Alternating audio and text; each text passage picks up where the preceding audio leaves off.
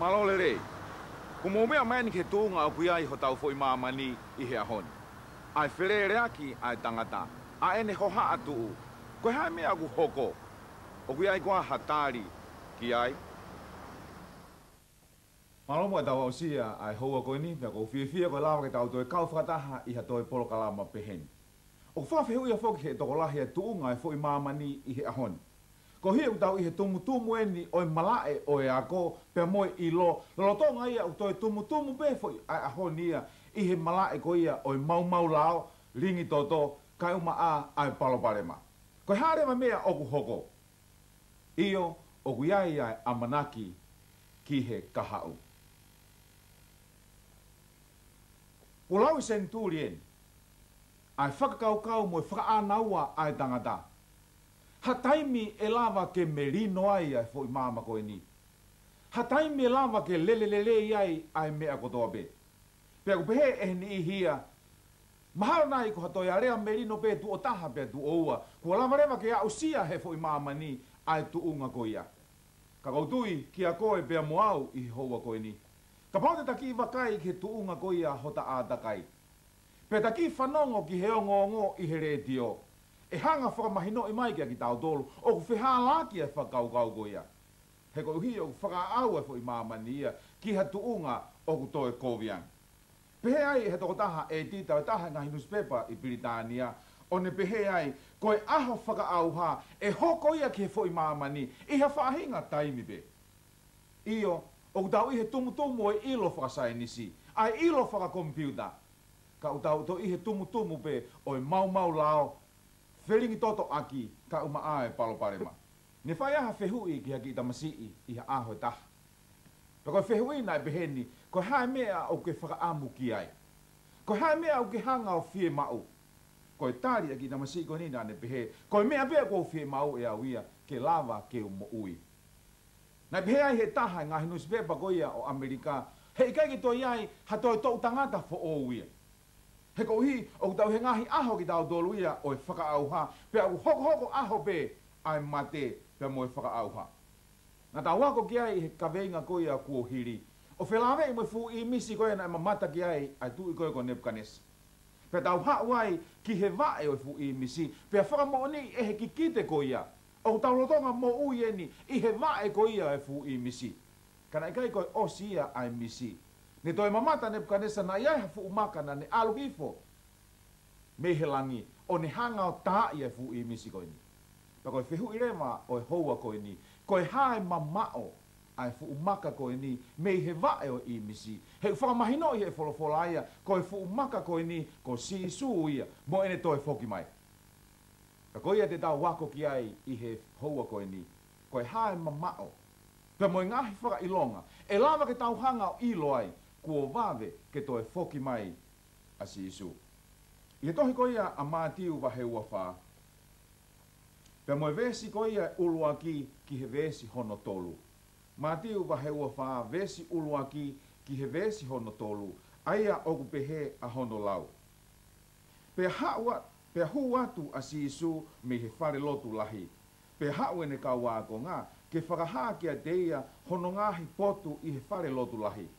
Pea peheange si isu kia ki nau tolu I kai o ku mou mamata ki he ngahi me ani kotoa be. O ku tala mo oni atu kia ki mou tolu e I kai I heni ha maka kua whakotuu ki ha maka. Ka tae laku ia ki lau. Vesi hono tolu. Pea he ene nofo I he mounga o e olive. Na e hau whakafufua e ka wāko ngā kia teia o nau pehe. Whakahaa mai kia ki mau tolu e hoko a whea e ngahi me ani. Koe ha a whakailonga o ho o hau, pea moe ngata anga o mamani. Ne a whio ai a si isu I he mounga ko ia o e orive. Pea ko hiku ne hanga talangi ki he kawako ngā, ai ngahi mea ko ia hoko moe vave ke ne haere ki he langi. Na e hau whakafufua e kawako ngā ki a si isu, pea nau hanga whai e ngahi whehu I koe ni. Ulua ki. Hanga whakahaa mai kia ki mautolu, pe e hoko a whe a ho foki mai. Hanga whakahaa mai kia ki mautolu, koe hae ngahi whakailonga e lava ke mauhanga o ilo ai kua vave ho to e foki mai. Pea I kai ke ngā tai, pea ke hanga whakahaa mai kia ki mautolu, ai ngata anga o mamani. Aia ko ngahi mea lalahi e tolu, na e whehu iangi he kaua ko ngā kia sisu, ke ni hanga whakahaange kia ki nao tolu, ulu aki, whakahaange e hoko a whea ngahi mea koe ni. Ko hono ua, whakahaa mai kia ki mau tolu ai whakailonga o e waweho to e whoki mai, pea ko hono tolu urewa, ko e haa te mau ilo ai whe ai ngata anga o e mama koe ni. I he vesi wha, pea mo e vesi ko ia hono nima, o e tohi ko ia mātiu wa he ua wha, ai au pehe hono lau, pea rea a si isu o peheange kia ki moutolu, kia ki nao tolu. Wakai te ria na a kākā ia ki moutolu e hatangata. Ko e uhi e haua e toko lahi i hoku hingoa o pehe, ko au ko e klaisi, pea kākā iai ai toko lahi. Hanga si isu o whakamahino ange kia ki nao tolu, ki mua ke ne whoki mai, e iai kau klaisi loi, te nau hao taratu ki he kakai toko lahi, ko e klaisi iau. Kana e whakatokanga hene si isu ke ne kaua konga, ke nau matu aki tokanga au bita. He iai ngahi kalaisi loi, te nau hanga whakahaa koe kalaisia ki nau do. Ka e hoko ngahi mea koe ni, ki mu aia, pia toki whoki mai a si isu. I he vesi koe ia hono fitu, ono pe moe vesi koe ia hono fitu, aia oku behea hono lau, vesi ono, pe moe vesi hono fitu, ai tohi koe ia mātiu wahe ua wha, aia oku pehe hono lau. Pea te mou whanongo ki he ngahi tau, mo e ongo o e tau. Kai oa na mou mana wahe koe uhi e hoko eni te eke hoko ai ngata anga. Vesi hono fitu. Koe uhi e tuu hake ai kakai ki he kakai, ai pure anga ki he pure anga. Pea iai ai ngahi honge, mo e mahaki lahi, mo e mofu ike i he potu ke heke. Hanga heni e si isu o kamata ke ni hanga whakamahinoi ki he ne kaua ko ngā, koe ngahi whaka ilonga eni, kua pau ke hoko ia, ki mua pea whoki mai a si isu, ki mua pea hoko mai ai ngataanga. Ulua ki whakamahinoi e si isu heni, e iai ai tau pea moe ongo o e tau. E tuu hake ai pure anga ki he pure anga, e tuu hake ai kakai ki he kakai. Hoi ki mo tau kainga, o ku tau mo ui eni iha kuonga o e tau. Koe mahafu tau ko toa pē kua ngauhi. Koe wakatau ko toa pē kua toho ki tahi. Koe tanke tau ko toa pē kua wha. Koe loketi ko toa pē o ku whanai ki he ata. Koe toi tokolahi angeia ai kakai o ku fie kaia i he māma koe ni. Koe whakaututu angeia ai whai ngata a kua hoko ki he whaahinga o e tangata. Pea koe toi tokolahi angeia ai kakai he kai ke lava o ako i a ki nao tolu. Io ku hanga e wholofola whakamahino mai ki nao tolu. Koe mahu inga o e wakapuna tau e taha. E lava ke langa aki ha whare ako. E lava ke langa aki ha whare ako i ha kolo e tolungo fulu. Pe lava ke ngauhi moha misini uhila e ua, ke lava ke whamama i aki ha kakai e toko ono man. Pe lava ke langa pia mo e whare mahaki. Kua osi whakanau naui i ha kolo e ua. Pe lava ke tanu moa hala o whiunga ia pia mo e maire e ni mango fulu hono loloa. Io, koe ngahi wakapuna tau e aho ni, ko hono mahu i ngā o kuhe paanga Amerika e 7 miliona ki he hongo fulu miliona. Kau mou mea i koa hau e mo tau kainga. O ku whakamoreki e he ngahi pure anga o mamani he ahoni. Ai paanga Amerika e 3 kilu i he miniti kotoa be. Ke lava ke ngauhi aki, pia mo whau aki, a ngahi nau tau. Io, kua hanga he ngahi pure anga he ahoni, o ngauhi e ngahi mahafu. Paka ngahi mahafu koe ni, e lava ke ni hanga ia whaka auha, tuo nima mano, ai fo i mamani. E kau karistiane i he hoa koe ni, koe ngahi tuunga ia o kuiaia, mamani he ahoni, kua nau whakamoreki ai paanga lahi au bitu. Ke nau hanga o whau e ngahi nau tau, ke ne toi hanga pe o whaka auha e whahinga o tangata. Io, koe tau koe nai hoko i Vietnami. Nai whakamoreki ai he pureanga Amerika, ai tola Amerika e te au piliona. Tau whakafuafu atu he fupaanga lahi ko ia. Nai whakamoreki e he pureanga Amerika i he tau pe i Vietnami. Nai kai koe ngata pe i he paanga nai whakamoreki, ka nai whiunga pia moe mo ui e nima mano nai more i he tau ko ia. E kau karistiane tau whakauta-utange ki he lahi ai paanga kua more i he tau. Moe lahi ai mo ui kua more i he tau. Io mo onia si isu, io he ngahi aho whakaosi. te mo whanongo ki he tau pe mo ngongo o i tau. Ko i tau lahi ko ia hono wana e lau iafi ai mo ui na e more ai. I kai ki ngata behe lau iafi ai mo ui na e more ai, na e toi whakamore ai fo i mamani, ki he tau ko i nio toi lahi au bitu. Ka umou mea i koa i he houa koe ni ulotonga rea atuai kia ki mou tolu. O ku whiunga pia mo e tau e ua fulu maanima, ki he tolunga fulu, o ku hoko i he fo i mamani, i he mō me ni ti koe ni. Whewhe ngā he whanua o e kominisi. Ai whe tau aki, ai whe ke aki, ai tuu hake kakai ki he kakai. Ai ngahi whakamore kua more ai, ka uma a, ai ngahi mo ui, kua more ko uhi koe tau o hoko i he ngahi whanua o e kominisi. Whewhe ai tau koe ana ai whakahoko i he kūriwha. Nā e tū te ringa e taha kotoa pei māmani, ko hae mea e hoko i he tau koe i he kūriwha. Nā e whakamore ai pureanga Amerika, o lau i miliona e tōla i he aho kotoa pei. Ko uhi ke lava ke tauhi e kau sōtia, ka uma ai ngahi nau tau na nau ngā aue aki. I o nea ue tuunga o mamani, ke lava ke vae ua, pe lava ke ilo ai ngahi whanua o nau kau ke pureanga koe, pe moe pureanga koe. Nā e whakaukau ai toko lahi mamani i he ahoni. Ko e tau koe nai whai i he kūriwha. Ko e tau lahi a mamani hono tolu. Te whakaukau ai ni i hia, ko e ngata anga ia o e fwoi mama koe ni. I o kuhanga e si isu o whakamahino mai ki a koe pia moau i he howai. Ko e taimi ko toa pē ko ta whanongo ai ki he retio, ki he ongo e tau. Ko e taimi ko toa pē ko ta mamata ai he televisione, ki he ongo e tau. Ko e taimi ko toa pē ko ta hanga o lau ai he nusipepa, ki he ongo e tau. Whakamanatu mai e si isu ki a koe pia moau i he houa koe ni, o kutai i he taimi o i ngataanga.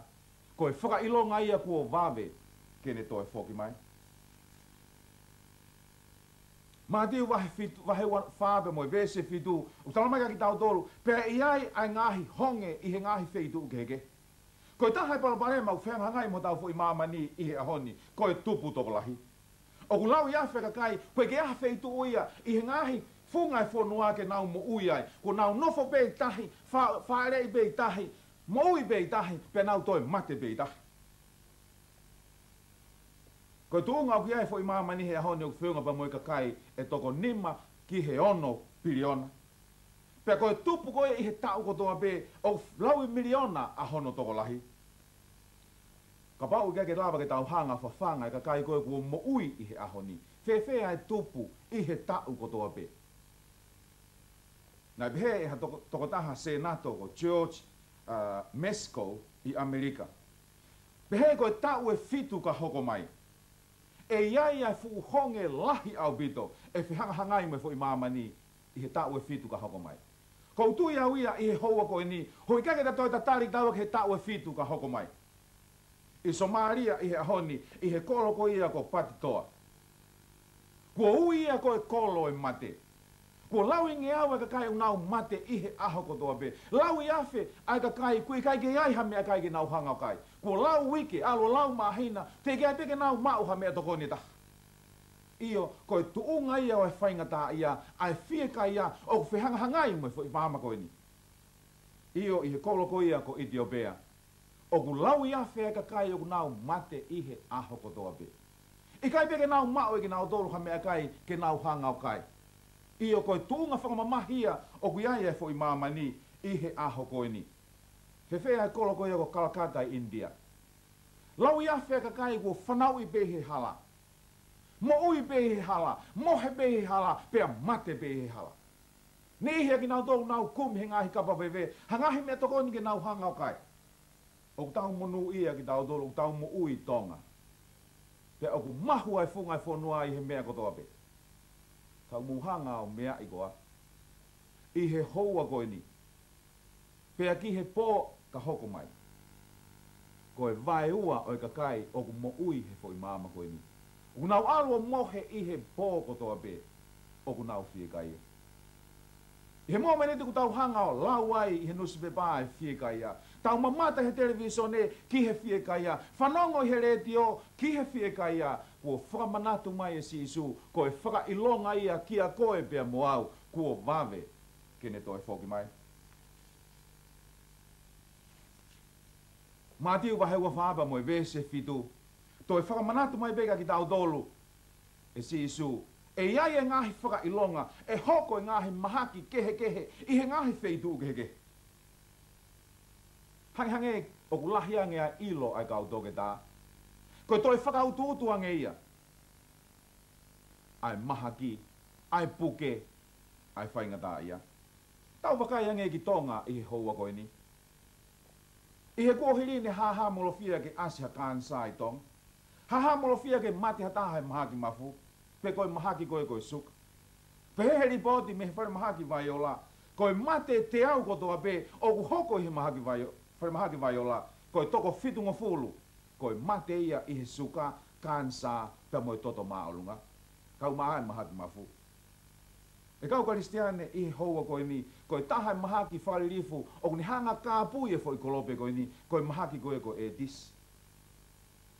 Sa ku hanga he ka hei ripoti o talamaika ki tau tolu heni. O ku mate toko taha miliona i Amerika i he tau kotoa pe. I he mahaki koe e dis. E kau karistiane. I he taimi kotoa pe te tau whanonga atua i ki whare mahaki. Ko taimi kotoa pe ku te mamata i ki he taha o ku puke. I hangahi mahaki whakaririfu. Ku hanga si isu o whakamanatu mai ki a koe pia moau. Kua wawe kene toi whoki mai. Mā tiu wa hewa whāpa mo i vesi hitu tamaki tau tolu. E ai mo fuike i he potu ko kehe. Koe taha ngahi mea kuni hanga whakarifia i ai mo uia tangata i he honi. Koe mo fuike, koe awha, kai uma ae pia au kula. Pia ku hange koe senturi koe ni ia. Koe senturi e ni o ku lahi mo moi tumu ai. Ai ngahi whaingata a whakai natula. I iu laki ngahi tau ko hiri. Nai tō ai ha mo fuike. Nai mate ai toko nima mano. Tanai ikai ki ai haapi ai toko nima kilu. Hoko i Australia, hoko i Miami. Nai wheu ngai mau nai hoko i he koloko ni pe mo i taha piliona. Nai ai ngahi whaa nai hoko ia i Hawaii. Nai lau i piliona ai mau nai hoko ai. Nai ai pa mo hawhaa nai hoko ia Iran. Hanga he ongongotra mai ki tau tolu nai mate ai ha toko nima kilu. Pea ulawa ke tau hanga wakai ki ngahi mea koe ni, kua hoko i he mau ai a whaa, mau ai a hio, mau ai mofu ike, ka uma ai ngahi pea au kula, kua more ai mo ui, e laui miliona ai kakai. Kakai ki ngatai mo ngahi mau kua hoko. Io, i he tau whanongo ki he mofu ike, i he tau whanongo ki he a whaa, i he tau whanongo ki he pea au kula. Kua wholofola mai ai a si isu, ki a te koe pea moau, io, koe whakailonga ia, kua wawe kene toi whoki mai. Koe tahai whakailonga o e wawe toi whoki mai a sisu, koe uri i koe ia ātakai. I he ahoni, koe uri koe ia o e ea. Pei he tuunga pe he rema, o ku whakautuutu ai, ai toi kōwiange, mo e toi kōwiange tuunga koe ia ki he mo uile rei ai tangata. Ngahi koloni i hia, ku pau ke nau hanga ai mea ke malu ia ke nau mānawa, i he nau whanonga ki he ngā aue, i he nau whanonga ki he ako, koe uhi koe uri koe ia ai ea. I kai ngā tai u whakaututu ai uri koe ia ai vai pia mo i tahi. Ku lau iawhe ngahi tonio, ngahi kasakona, ku ori rini atu ki he tahi, pia mo i ngahi vai tawhe i he tau kotoa pe. I kai ngā tai koe ngahi uri koe ngahi whare ngā aue, o ku hua i atu ki he tahi, hua i atu ki he vai.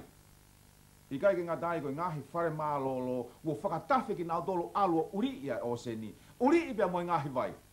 Pea koe ngahi mea koe ia, ku ni hangarewa tāmate ia, ngahi mea mo ui koe ia. O ku nau mo ui koe ia, i he whukahitahi, pea mo e vai. E kau karistiane e hoa koe ni, koe toi whakamanatu mai e kia ki tau tolu, e si isu. He tau mamata ki he uri koe ia ātakai. Ai ea, ai whungai whonua, ai o seni, ai ngahi vai tawhe. Koe whakamanatu mai e kia ki tau tolu. Kua wawe kene toi whoki mai. I he tohi koe ia a Daniela wahe hongofulu mā ua. Daniela wahe hongofulu mā ua. Pea moe vesi e wha ai aku pehe hono lau. Ka koe e Daniela. Ke tāpuni ai ngā hirea pia ke whakamau ai tohi. O au ki he kuonga i ngata anga e whi alu aki whano ai tokolahi pia tupu laki ai poto. Hae wholofola whakamahino mai ka ki tau tolu i he kuonga whakaosi. E tupu le kina ai poto. He ke lawa ke toi hanga whakamahino i atu kia ki tau tolu i hoa koe ni. He mou hanga mea i kotoa pe. Ai tupu le kina ai poto. I he ngahi ahoni u tau mo ui pe i ha taimi o i kompiuta. Kaya nga tayo ngahi teknolosia lava ke fetu taki, lava ke fetu taki mamani, iha fainga fe itu ube, iha fahinga taimi be. Iyo koi tupulaki ia ai poto e tangata, fe ai fe alu agi whano ai tangata. Kai toi ai hakuonga, o ku lahi ai fe alu agi whano ai tangata ka koe ahoni. Ku hanga e tangata o ngahi, ai ngahi mea ke lava ke toe vave ai e fetu taki, toe vave ai e fe alu agi. E laui houa be, hanga o takai ia mamani, i ngahi mea kua whau he tangata ke lava ke hoko aki ai fetu taki. Ke tohi ko ia aua Timote, vahe tolu. Ta moe vese uluaki ke vese hono wha. Ua Timote, vahe tolu. Vese uluaki ki he wha ai aku pehe hono lau. Pea ke mou ilo e ngahi mea ni foki, hoko ia ngahi aho whakamui, ai kuonga whakatutu utamaki. Ko e hui e ofa e kau tangata ki nau tolu pe, o manu, o pore, o lau kau, o lea kovi, o talangata ki he mātua. Ta e whakawhetai mo ta e mao ni on. O ta e mao ai ofa o ngari pia mo e kāinga, o ri ake ngahi rea whakapapau, ko e kau lohi aki, ko e kau hori kovi, ko e kau wanga mālohi, ko e manuki ki nau tolu o kurerei, ko e kau lavaki, ko e kau wanga oho noa. Ko e loto fie lahi mo e kau ofa, lahi hake ke ngahi maarie whakamāma i he nau ofa ki he otua. U hanga e wholofola whakamahino mai ki tau tolu, ko e ngahi aho whakaosi, ko e ngahi aho whakatutu tāmaki. Pako tui e taha kotoa pē ki whakahoha e hoa koe ni, o ku tau mo uieni iha taimi whakatutu tāmaki. Hanga e wholofola tāmai ki tau tolu e sio kita e tangata, e manu e tangata, e pore pēa mo laukau. Rea kovi ki he mātua. Kau Kristiane i he hoa koe ni, koe toi ai ha taimi rea kovi ai whahinga o tangata ka koe ahoni. Kuna au whakakata ake ai rea kovi, kua rea kovi pēa tamai ki he whanau, rea kovi pēa he whanau ki he tamai. Ta tau pe ia pēa moe whae. Hanga e wholofola tala mai, koe tuunga ia o ngahi aho whakaosi, kua rea kovi ai whahinga o tangata. Talangata a ki he mātua, koe toi ai ha taimi e lahi ai talangata ai whanau ki he mātua ka koe ahoni. Ta e mau e whakawhetai, kaya ngā tai kai tae mao ni on. Tae mao ai ofa o ngāri pia moe kāinga. Kau Kristiane e hoa koe ni, ku hanga pe he tu whiwhine o ave tu ngā ane ke nao ki whare hopo hop. Kai toi pe mai he tu ngā ane e koe hae tu whiwhine. Kau Kristiane pia toi kovi angai mea pango pe ia ko urea aki he hoa koe ni. Ka ku nonofo kovi pe ai tu whiwhine moe tu ngā ane. E kau Kristiane i he hoa koe ni. Koe ngahi mala ia hanga hala whakamala ia, o ku tupula ki nai ki he lahi pia moe toi lahian. Pako hono pango, koe whaia e haka kai ko nau matu o tua, to tonu ke nau alu ki nau tolu ki saion. Hanga wholofola hoko atu pe he, o tae maua e ofa o ngāri pia moe kāinga, koe ka kai li aki a ngahi rea whakapapau, o ku whewhea tuunga e nofo mari e ahoni. Ai whe whakapapau atu ko ia, tēnā tahui ki aki naua, ka aua ko honga e he mateo whakamāwai. Whakamarisi mamani i he ahoni. Koe mari honga fulu kotoa pe, koe mari e nima o se atu i he vete. Tu hei me ngahi wheitu o toi kovi ange ia, koe mari e tolu kotoa pe, o ku vete ai ai mari e ua. Mea wati ka tuunga ni hoku mari pe i he pongpongi, pe a vete i he fiafi. Pe a ku kaua tonga i he pasifiki, i he tumu o e vete mari.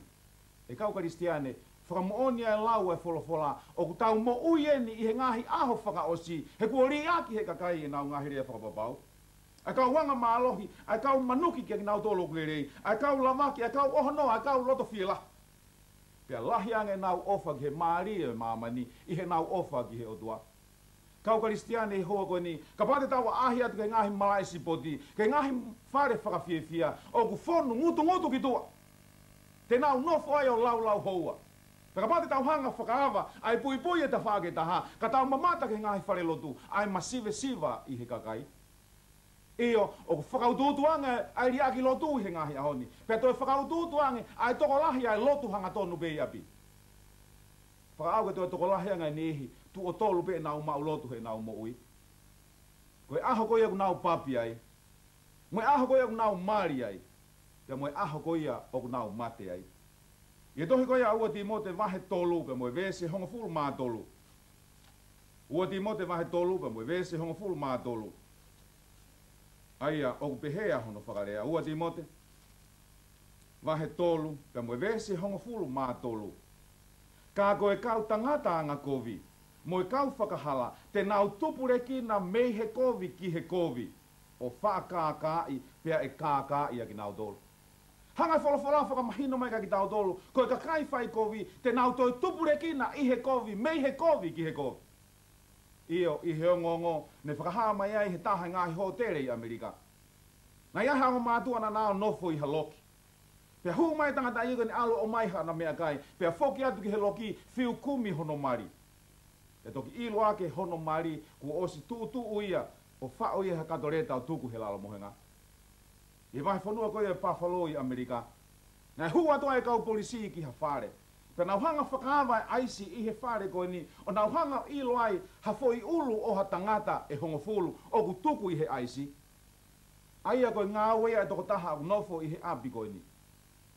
Koe ni hanga o tāmate i ai kakai, pea ne mau mea tokoni, me ho nau sino i he aho kotoa be.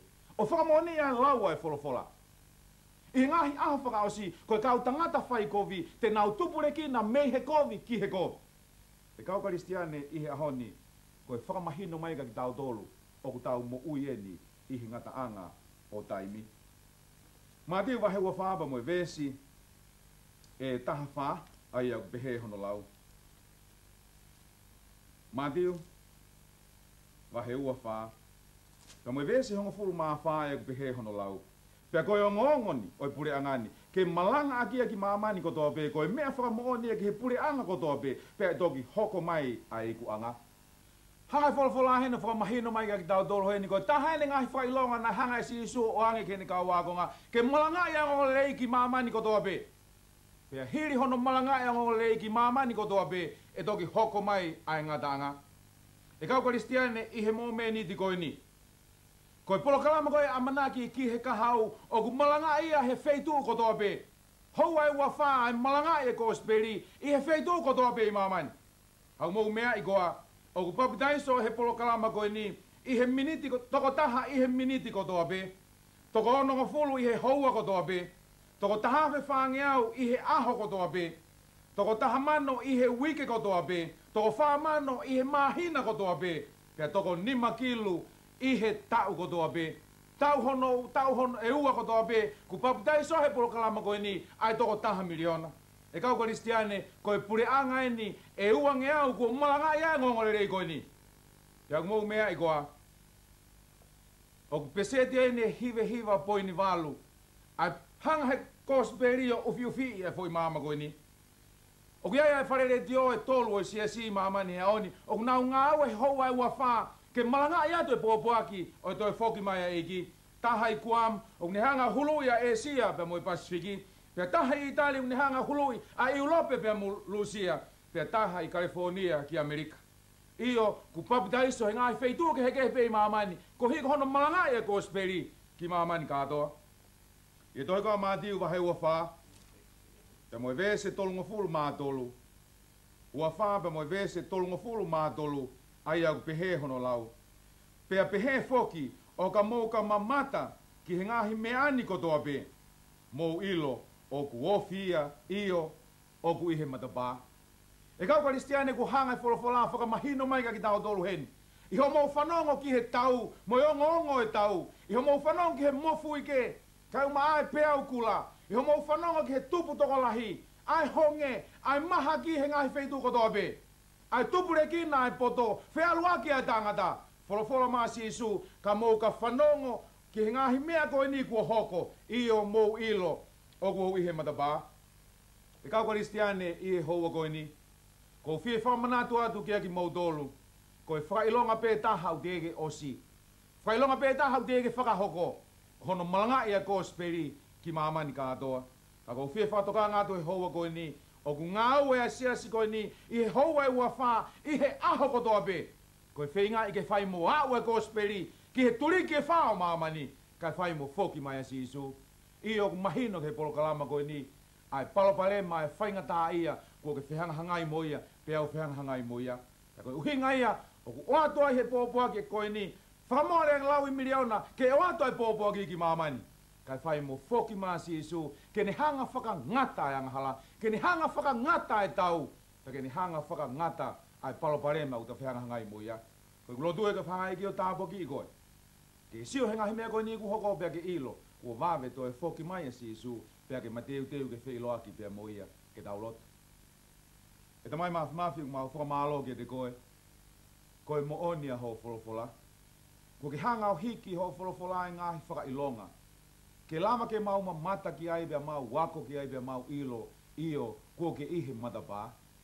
Tamai ko kore ki hanga tāpa ki ai folofola e hoa koe ni. Ki nau tolo kotoa pe unau whanongo mai ki ai. Ke lama ke nau hanga o tāria. Pea ke nau ilo kua vave ke toi foki mai si Yesu. Ia i tokoni ai awhiona ke nau mateu teu. Ke wheiloa ki pea mo koe si Yesu. Ia klaisi ko alo, ako ho mau whakamo ui. Amen.